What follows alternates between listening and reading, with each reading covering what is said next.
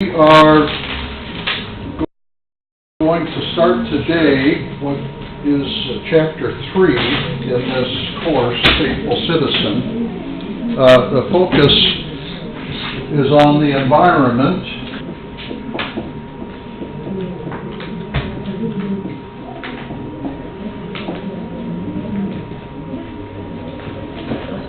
Next week, Kent Declan will be here so that we listen to what he has to say about the candidates and the issues, not to direct us, but to inform us before the election, rather than telling us the following Sunday why the people that were elected were elected. We thought it would be better to have them come beforehand. So the 4th, he will be here. On the 11th, I'm going to be out of town. Amy is going to the Homestead for the memory care, the service in the memory care unit. So maybe on the 11th you'll choose to go with her to that service. Then on the 18th we'll be back in the Faithful Citizen material talking about citizenship. All right. Where I want to start today is with this question. Why should we care about this world?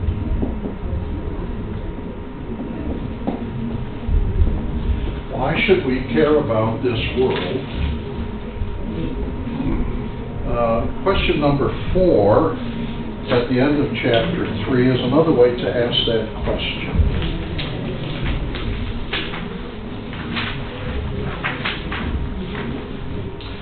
A woman always raised the question to her church study group, what does this, that is the environment, caring for the environment, have to do with John 3:16? John 3:16 is, for God so loved the world that he gave his only Son, that whosoever believes in him should not perish, but have eternal life. What does this have to do with that? Nothing at all?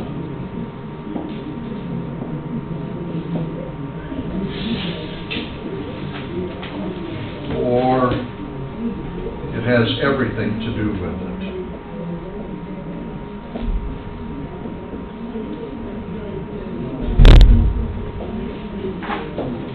Why should we care about this world? What does it have to do with John 3:16? Does it have nothing at all to do with it, or everything in the world to do with it? Comments? Where are you on a scale of 1 to 10?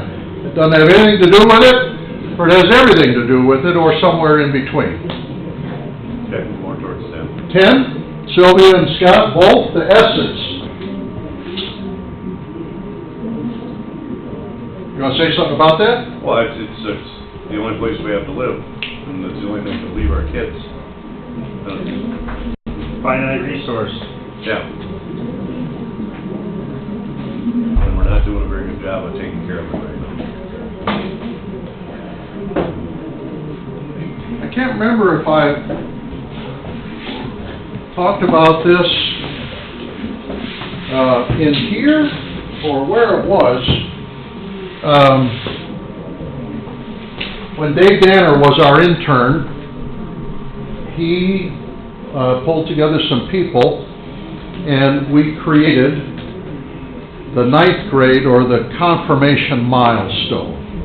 And that's a 2-part milestone that Tammy and I currently lead with. Now, in September and early October, we met with the 4 kids that were confirmed today and one of their parents. And we talk about how do you spend your time, stewardship of time. 168 hours in a week, how many hours do you spend doing this, that, and the other? And if you look at that, what do you wish was different? Okay. We talk about, one of the discussion question is, you have $5,000 in the bank. Do you buy the truck of your dreams for $35,000? Do you buy a respectable car that a young person might want to be seen in for $15,000? Or do you buy an old minivan that would be perfect for a family of 4 that cost $5,000? And the kids talk about, with their parents. The third question used to be a reference to James Watt. James Watt was the Secretary of the Interior under Ronald Reagan, a very conservative fundamentalist Christian. And James Watt's attitude about finite resources is go ahead and use them up, because Jesus is coming so soon, it won't matter. Now, we quit using that question because nobody knew who James Watt was anymore except Tammy and me. So we get at the issue in a different way. But that was one response to finite resources. It doesn't matter. Jesus is coming soon. Okay? Justin. The question reminds me of, I don't remember what class, or what the name of the class is, one of the Thursday night classes that you ran, and that I was in several years ago. Mm-hmm. But you draw a diagram of, here's a model of faith, where certain people believe that I do things, God pays attention, God gives me gifts because of that. And how, alternate to that, the Lutheran interpretation is that I am below, all gifts come from God, and then it's my responsibility to move out, to help people around me. And from that perspective, the John 3:16 statement is everything to do with it, because being forgiven, you are now allowed to work on betterment of life for everyone else. Okay. Let's take a look at Psalm 24, verses 1 and 2.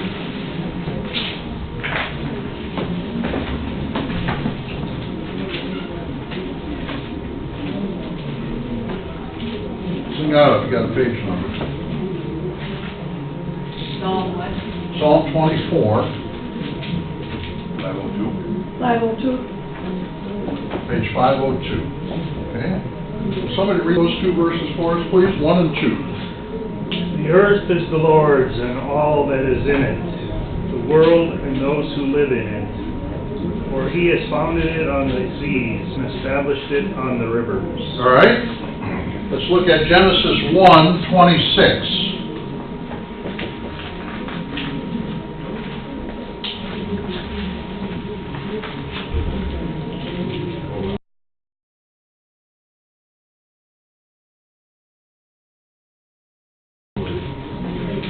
What page is that on? Page 1. We'll read 1:26. Then God said, let us make humankind in our image according to our likeness, and let them have dominion over the fish of the sea, and over the birds of the air, and over the cattle, and over all the wild animals of the earth, and over every creeping thing that creeps upon the earth. Okay, so God gives us responsibility. Exercise dominion. Responsibility. Okay, Psalm 104.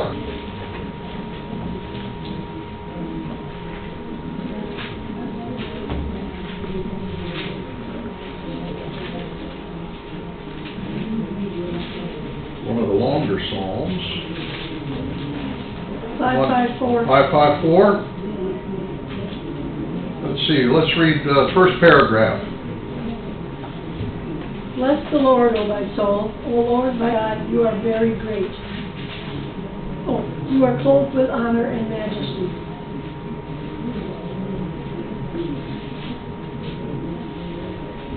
Keep going through verse 4. Oh, sorry. Or through 5. Wrapped in light as with a garment, you stretch out the heavens like a tent. You set the beams of your chambers on the waters. You make the clouds your chariot. You ride on the wings of the wind. You make the winds your messengers, fire and flame your ministers. You set the earth on its foundations so that it shall never be shaken. All right. One more. Romans 8. No, let's look at Colossians 1. Colossians 1:15 to 17.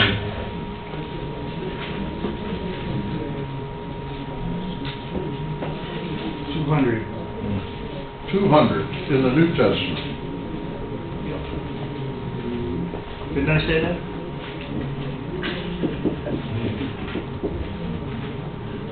$15 to 17, who will read?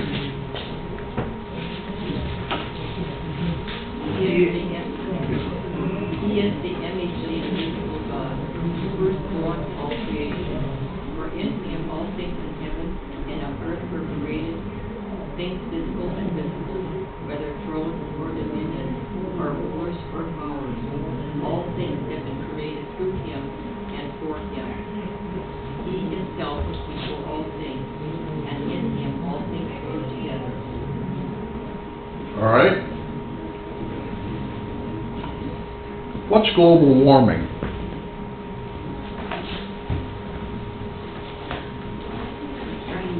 You ever heard of that, global warming? You're asking what scientifically, what do they mean, or? Like No, whatever you know about it. Well, it's, the carbon of the atmosphere, and so the heat does not leave the earth, it stays here, and that's the problem. We know we have the shell of Ozone. The ozone? Is that what it is? The depletion of the ozone? The what? The depletion of the ozone? I mean, that's part of it. I think some of it is also just the way the climate is changing more rapidly and unpredictably due to human impact. More carbon dioxide in the atmosphere. Melting of the polar ice caps. Turn to page 41 in the textbook, if you would.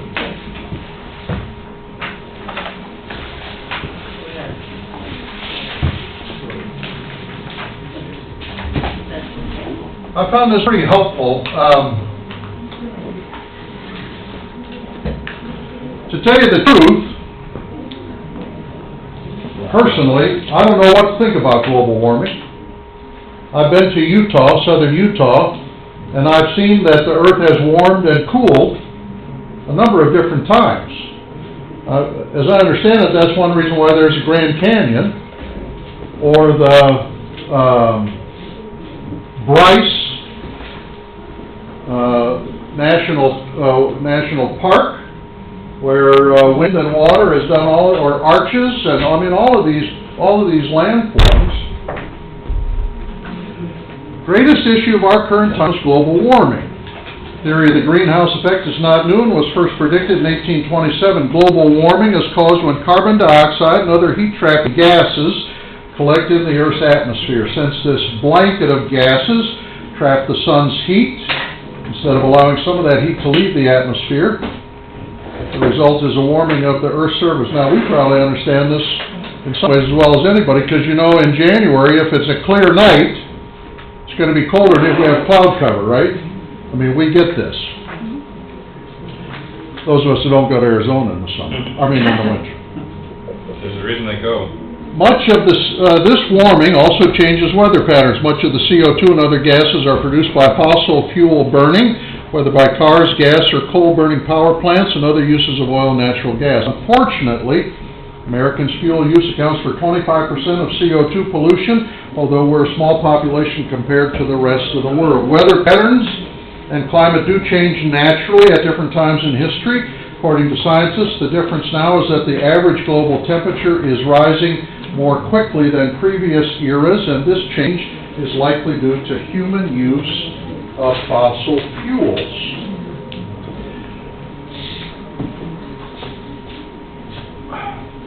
The reason why I asked the question the way I did today, the reason why I thought it important that we look at some Bible passages is that it seems to me that our fundamental motivation in caring for the earth is not global warming. Our fundamental reason to care for the earth is that it is God's. And whether the earth was cooling, warming, or staying exactly the way we would think ideal, we have an obligation to care for the earth. It's not ours.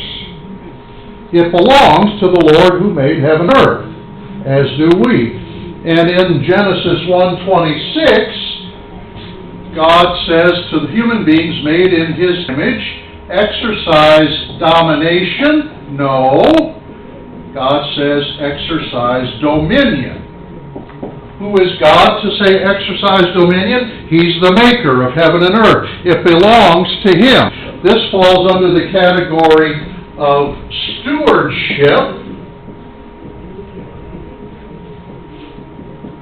not ownership.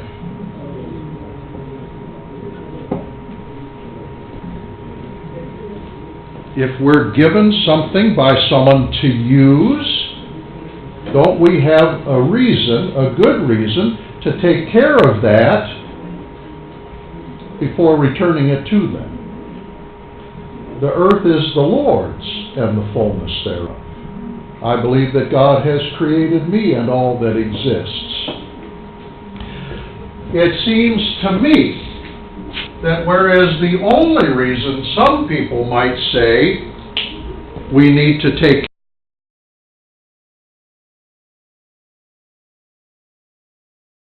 care of this earth, we need to be sensitive to our interaction with the environment, that we have more reason than that. That's important to me because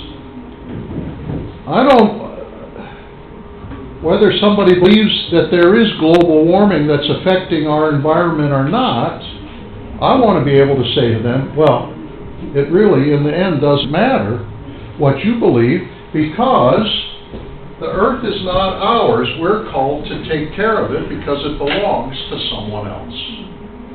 Thoughts, comments? It seems Michelle. like that's very, very consistent with how the native religions and Native Americans view the earth was not theirs; it was a gift. It seems like there are places we could learn from that, and it also seems a little bit counterculture to our owning a house. This is my land. I can do on it what I want. Kind of the way what we were founded on as a nation. Yeah. What'd you say, Jared? Capitalism. Okay. We're so, capitalism is so ingrained into our culture. This truck is mine, this car is mine. Yeah, I yeah. have to decide. Yeah, I decide. That's a very, that's what we were founded on as a nation, individual determination. I'm reading a book right now that was given me by my beloved for Christmas. I can't think of the name of it. It's by John Meacham, who's written a number of books about America and famous Americans. And the chapter that I read last night was about Teddy Roosevelt and the struggle that it is for Americans to understand what the pursuit of happiness means for me and for us. Because my pursuit of happiness is not only an individual thing, it is a corporate thing. And that when Thomas Jefferson wrote that life, liberty, and the pursuit of happiness are our God-given rights, by happiness he did not mean do what you want. If it feels good, do it. What he meant was the pursuit of fulfillment, which is a different kind of term than what happiness means today. Even fulfillment has probably changed and become more self-focused, whereas in the 1770s and 80s and 90s, fulfillment was understood to be more of a corporate thing. What obligation do we have to each other? So the author last night in this chapter was writing, this is why we moved from the Articles of Confederation to the Constitution, to strengthen the sense that we are all in this together, that we are not isolated individuals, isolated communities, even isolated states, but we are a United States. So my pursuit of happiness and yours needs to fit in a corporate understanding of what fulfills us as a people. But this is where one of the places where the rub is.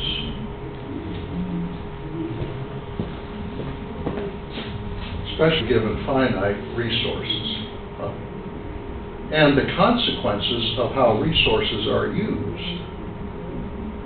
Right? I mean, if Jim Porter wouldn't have had to go to work at Pig's Eye plant, because we didn't have to worry about waste, it would be a different kind of world. But we do have to worry about waste, right? And water quality and... Water quality. Okay. City of Richfield, you got concerns about those kind of things, right? City of Oakdale. City of Oakdale, right. But, so speaking back to that, and I don't mean to throw a wrench in that, but you go back to the global warming discussion. Yes. And you acknowledge the fact that we have responsibilities. The issue isn't yes or no, we have responsibilities. The issue becomes how do you address those responsibilities? And without, I personally can acknowledge, yes, we have a big carbon problem that is leading to environmental issues. And I'm a contributor to that. Every day I get in my car and I go, because that is the structure that I have to work within. I can try to make my life work outside of that, but we're not getting the kids to school then. Yes, there's buses, but they're not going when I need to get to work. Yes, there is public options, but there isn't enough to fit into what I need. So, trying to get that back around to the corporate responsibility is, or not corporate as a corporation, but corporate as in all of us. Yes. That is a battle because of finite resources. So, do we put more money into roads, or do we put more money into how we navigate those roads? Or do I find a different job that's close to where I'm at so I don't have to drive it? Well, that means removing my house. That probably means moving out of this area. The word, we have, I'm pleased with our comments about this. I gotta look because it's been a long time since I've done work of this.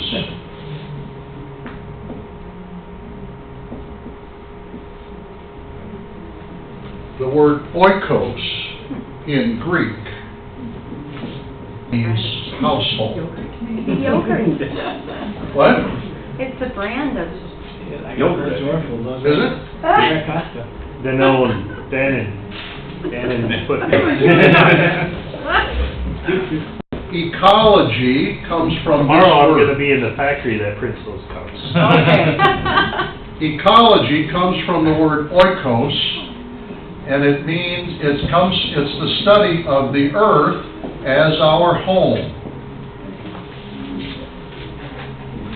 The word economy also comes from the word oikos. Nomos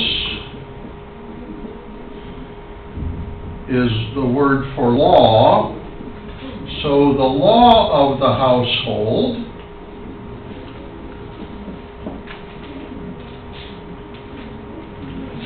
are economy and ecology connected. Justin, you're suggesting yes, because you have to get in the car to go to work in order to take care of the residents of Richfield, or your bride has to drive to work or get there on some kind of mechanized means, let alone to get the kids to where they need to be in order to help us in our state hopefully enjoy better health, right? Jared, you mentioned it, right? That these things definitely, they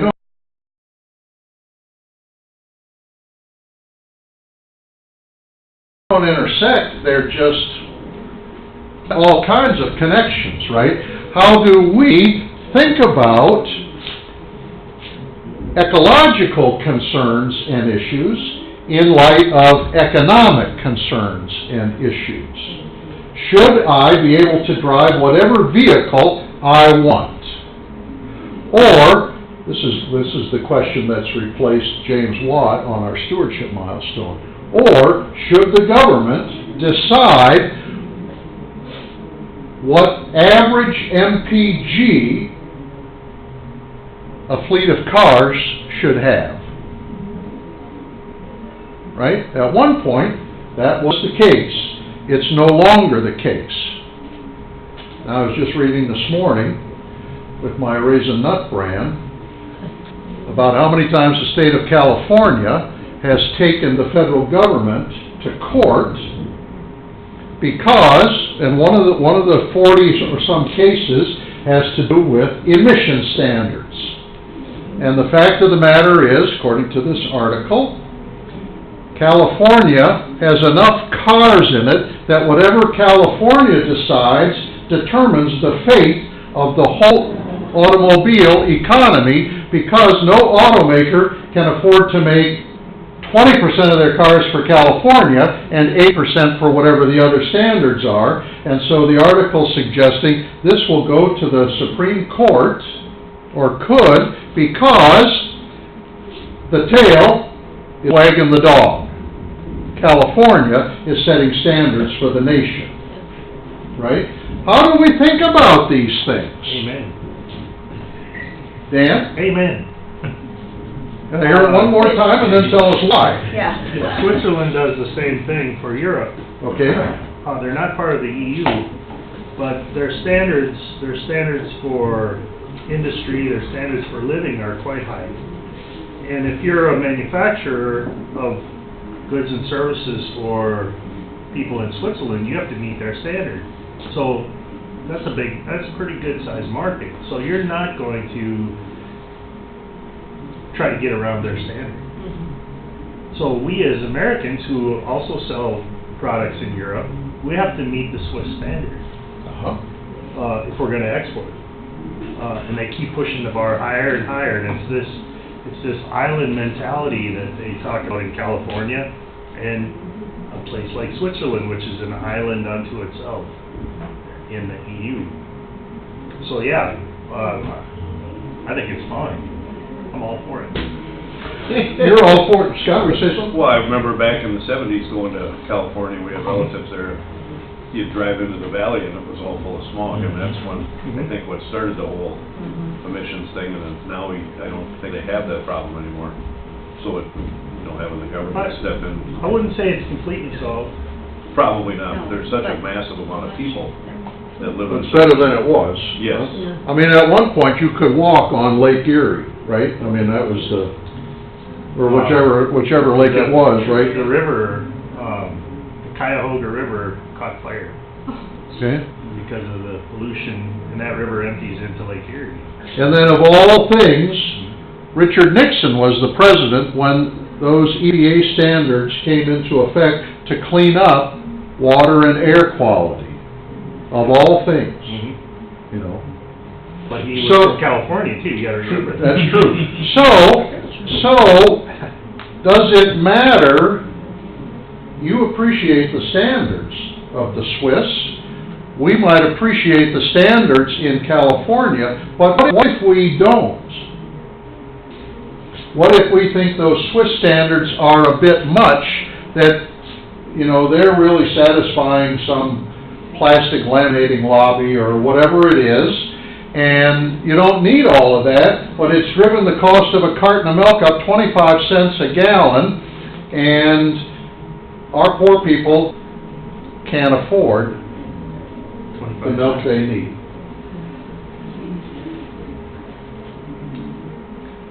Allison? Well, that's the situation we're in. Yeah. Exactly, that's right. More and more people can't afford food. It's hard because it feels like so many of these things, if you need me to speak louder because you can't hear, let me know. It Use your seems- mom for I it. know, right? Or is that why you're... Just don't use the name. I know, right? Fine, I'm fine, everything's fine. No, it seems like, this is a discussion that we have a lot in my peer group of, individually, we try to change so many of these actions when really, we as individuals have, it doesn't matter whether I drive, Allison, drives to work or not. It doesn't matter. It's a drop in the bucket, and that's so frustrating. And the narrative, whether it's, I deserve to be happy, the narrative is about what I deserve as an American, and the narrative around environmental change has been, what can you do in your house to change the environment? We can't do crap in our house to change the environment. It has to be a systemic change, and that's the really frustrating part. And like Dan, I'm kind of relieved that, for people who are dragging their feet, I feel like so much of the reason that people are dragging their feet against higher standards is because I don't want to.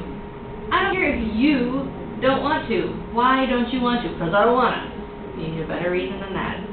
Is it because you can't afford it? That's legitimate. Is it because, that would mean going out and getting a brand new car and you can't afford it? That's legitimate. But if it's just because I don't want people to tell me what to do, get over it. People are telling us what to do all the time. Well, I'm sorry, that's more of a rant than I meant to go on. that's fine, there's room for rants in here. But what if your job is digging coal? Is that a good reason? We need to find, then we as a society need to take care of the people who can't afford their milk, who their job is to, work at a waste processing facility or to dig coal. We need to find other ways to keep them employed and to be cohesive as a society. So you're leaning more on corporate, we need to do this together. Yeah, we have to. So you mentioned capitalism, okay? I tend to like capitalism. We all do. Since you went over to the dark side. But capitalism is a horse. And a horse has to have a bit because it needs to be guided. And it's not guided, if it's deregulated, it just goes wherever the hell it wants. So you have to have a balance between capitalism and regulation. And that's what we don't have right now. It's out of balance. That's why we are voting. Well, and so you're talking about regulation for Mhm. the vehicle or for Mount Gardens or for whatever. Yep. So that lends itself to capitalism, and the fact that all of a sudden you have even playing rules. You have even the rules, so everyone can understand. But we here's what you need to do. we don't have a level playing field. No, you don't, Yeah. and that's because of lack of regulation. And I'm not pointing at you. Well, we don't have a level playing field because we can't decide on equality or equity as some of it, right? Because we can buy our way out of, responsibility. And if you have even more money than us, you really buy your way, right?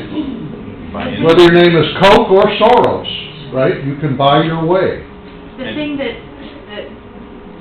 I want to come back to, though, when we talk about why we care for the earth and our obligation to each other as a community, we haven't yet talked about how disproportionately climate change affects those who can least afford it, whether it's the poor in our nation or the poor in developing countries around the world. And that's what I am increasingly coming back to, as even though I know that my power to change things is pretty limited, the reason that I feel the need to act is because I can afford to, others can't, and it's my job.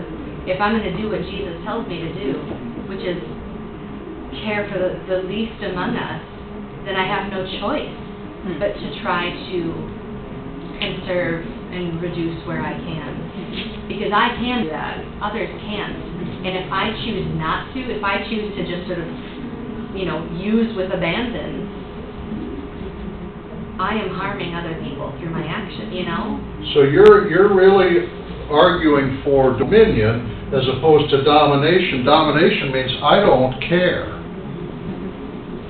who's affected as long as I'm not, right? But we're all affected when someone's affected. I mean, we are all, if we're all one through the body of Christ, we are all affected. Michelle? One of the things that lately I've been thinking about, how do you think globally and act locally? Because I think it's very important that we do try in each of our households to do what we can where we can, even if it's reusing one plastic bag.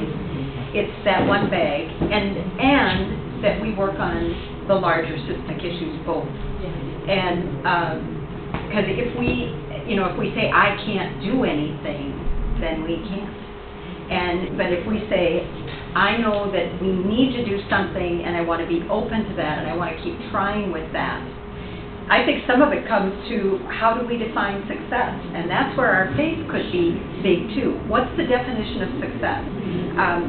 I'm reading a book now by Courtney Martin, and it's called The New Better Off, and it's talking about a different kind of economy, and it's talking about defining success as having a job that you like. And maybe it doesn't earn all that much. Maybe it's not home ownership. Maybe it's cooperative ownership. And I know we're a long way from that as a whole society, but there are pockets in our society where people are saying, I'm happy with a rental unit. That is because I know in our household, home ownership is pretty important.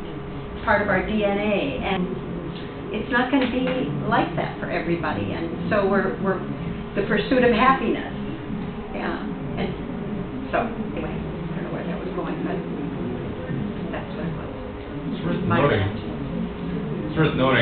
because we've gone back to the Jeffersonian argument of pursuit of happiness. And this might be an urban legend, but I understand it as true, that the first draft of that was not happiness. No, it wasn't. It was property, the pursuit of property. Pursuit of property. And strike that and put in happiness. What did I miss? Well, you mean you personally, or were they, No, that's what Jefferson's asking? Right. Well, Jefferson was in France during the Revolutionary War, raising money for the, so in the play, Alexander Hamilton. Oh, I understand. What did I miss? He comes, in the second act, he comes in and his song is. Oh, gotcha, I'm not. And they're all like, yeah, you weren't here. We haven't seen Hamilton yet. It's fantastic. Not that I'm upset. Ever. But my point is, that was already in that document in and of itself, a concept in there. Property, what is happiness? Right. How do I measure this? How do I find it? And Jefferson and Hamilton do not see eye to eye. No. At all, right? No. Half of the problems we have right now stem back to that. Because Jefferson. Or the flexibility and the long-lasting nature of our Constitution are because of that conflict. I mean, maybe this is something that drives me wild, that we have no room for that kind of creative disagreement or difference of opinion today, because Jefferson doesn't listen to Hamilton, and Hamilton doesn't listen to Jefferson today, right? Because if you disagree with me, you're not just wrong, you're lost. You're a non-entity. You don't matter.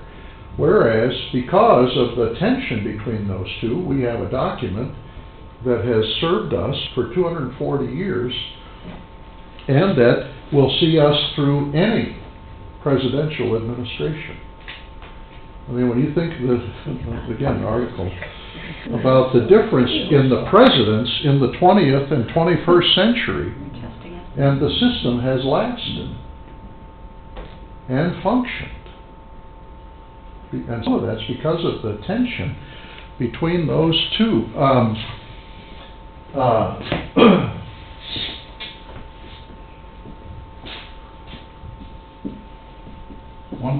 I'll make one more comment, and if anybody else wants to comment, then I was hoping we'd watch the DVD today, but we'll watch both halves next week.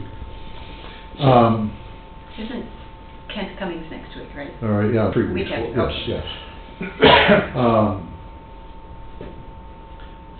Jefferson defined the pursuit of happiness.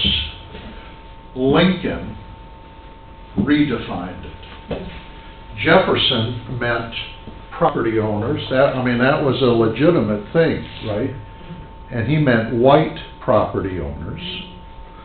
Lincoln, in the Gettysburg Address, redefined fulfillment.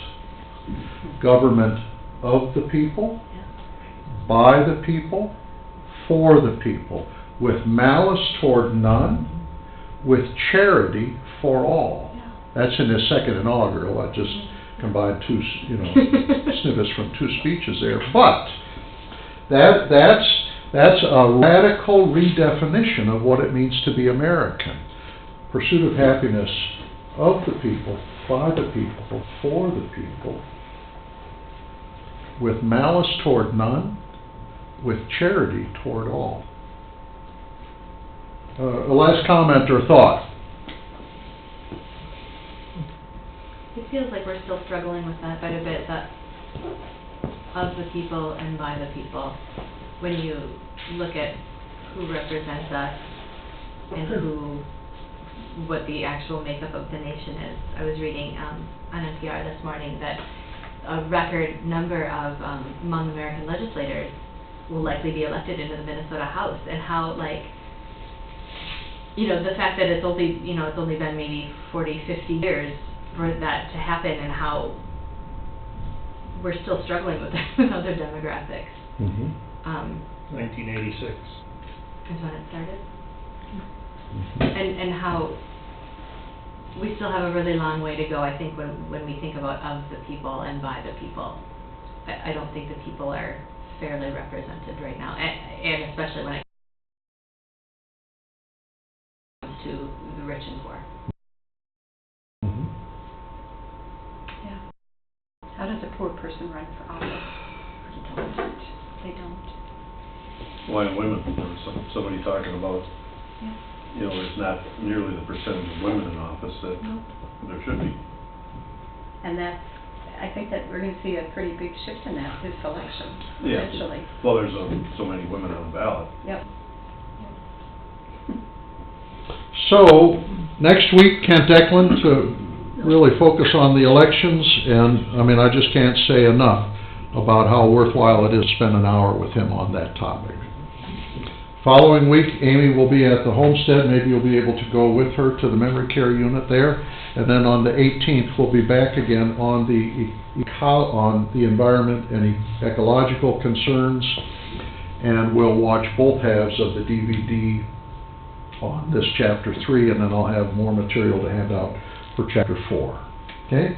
Thank you very much.